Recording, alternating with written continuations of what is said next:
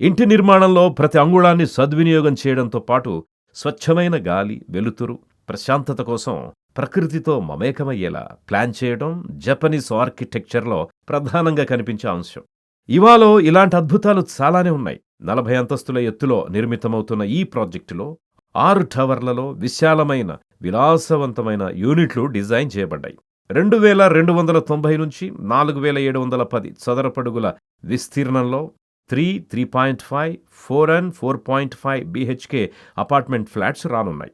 ఇవా ప్రాజెక్టు నుంచి ఖాజాగూడ హిల్స్ చేరుకోవడానికి ప్రత్యేక ప్యాసేజ్ కూడా ఏర్పాటు చేస్తున్నారు. అనేక ల్యాండ్ మార్క్స్ ప్రాజెక్టు చుట్టుపక్కలే ఉన్నాయి. రెసిడెంట్స్ ప్రతి అవసరాన్ని తీర్చేలా విలాసవంతమైన సౌకర్యాల శ్రేణిని ఆస్వాదించేలా ఉండనున్నాయి ఇవా ప్రాజెక్టులోని ఎమ్యూనిటీస్. ఫ్లోర్కి మధ్య 11 అడుగుల ఎత్తుండేలా ప్లాన్ చేశారు.